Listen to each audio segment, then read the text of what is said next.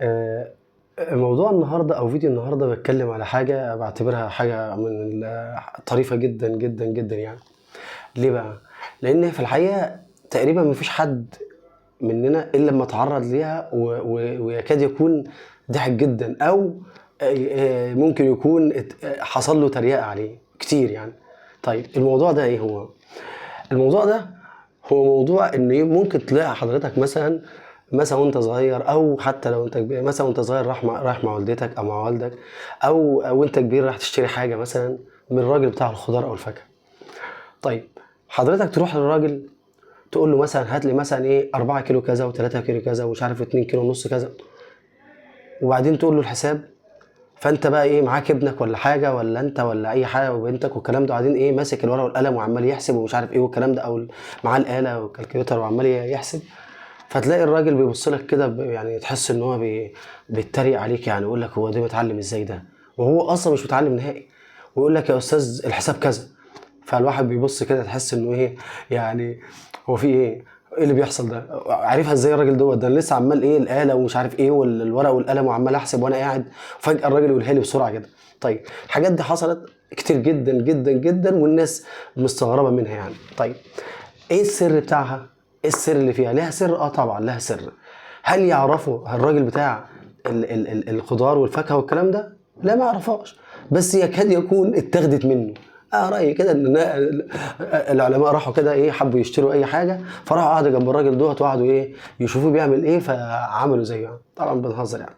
لكن عمومًا هو إيه السر في ده؟ هو السر ده عبارة عن تعوّد.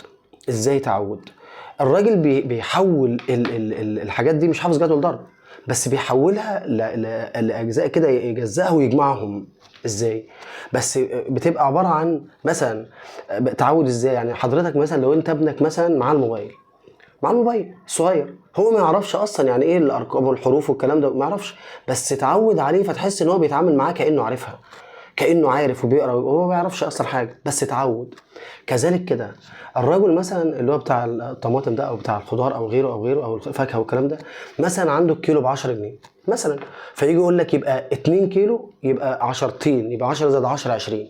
طب 3 كيلو يبقى 10 زائد 10 زائد 10 30. هل لمّا آجي أطلب منه أو ييجي يبيع لي بيعمل كده؟ لأ، هو بسرعة، هو بيعملها ده في دماغه بسرعة خلاص. فلمّا آجي أقول له مثلًا إيه، أنا عايز مثلًا 3 كيلو ونُص.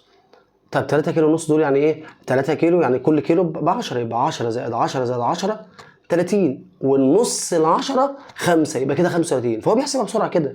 انت لسه بتضرب 3 ونص في 10، هو ما بيحسبهاش كده. هو بيقول لك 3 عشرات 10 زائد 10 زائد 10، وبعدين نص ال10 5، يبقى كده كام؟ 35. بيحسبها كده جمع، بيجزاها ويحسبها جمع. طيب قدر مثلا واحد ايه 12 كيلو ونص في مثلا في 5 جنيه، الكيلو ب5 جنيه، فيجي يقول لك ايه 12 كيلو، ال10 عنده ب50، 10 خمسات ب50 هو بالنسبه له، والاتنين بكام؟ ب10، يبقى كده 50 زائد 10 60، والنص الخمسه 2 ونص، يبقى حسبهم بقى 62 ونص، بيجمعهم كلهم على بعض. طب قدر مثلا قال له ايه انا عايز مثلا الكيلو مثلا ب12 وانا عايز 5 كيلو وربع، فيجي يقول له ايه 5 في 12، 5 في 10، الخمس عشرات 50، والخمس اتنينات يبقى 60، وربع ال 12 3، يبقى كده جمعهم بقوا 63. هو بيحسبها كده. انت متخيل انها بتاخد معاه وقت؟ هو بالظبط اتعود زي الولد الصغير، اتعود بسرعه. فانت لسه بتحسب، لكن هو خلاص، هو ضربها في دماغه خلاص، لانه عارف البضاعه اللي معاه سعرها كذا. مثلا بالكيلو ب 12 جنيه، يبقى النص بتاعه 6 جنيه، الربع بتاعه 3 جنيه. بيحسبها كده، او بيحسبها بالطريقه دي كده. طيب ممكن بتفرق معاه، ولذلك مش هتلاقيه له في سدس وسبع يعني بتبقى بالنسبه له صعبه، لان هو معود نفسه على اللي هو ايه كيلو بكام، نص قد ايه، ربع قد ايه، بعد كده بيقسمها ليه حاجات زي ويروح في الاخر جامعهم ويروح قايلهم لك بسرعه.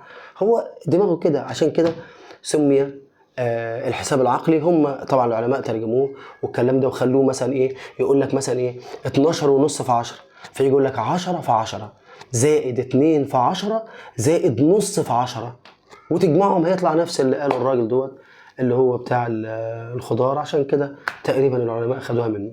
يلا سلام عليكم.